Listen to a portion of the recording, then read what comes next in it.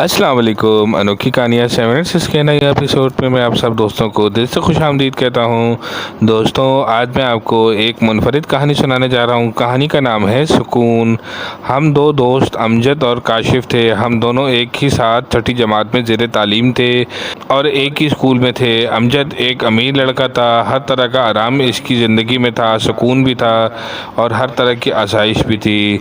और काशिफ एक middle class का लड़का था। इसके घर में गुर्बत, तंगदस्ती का भंडारा था। घर का हर फर्द एक दूसरे के साथ हर वक्त लड़ता रहता था।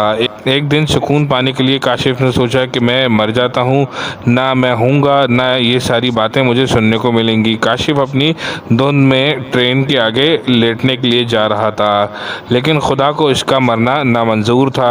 अमजद ने इसको बचा लिया और अपने अब्बू से बोलकर काशिफ के अब्बू को नौकरी दिलवा दी।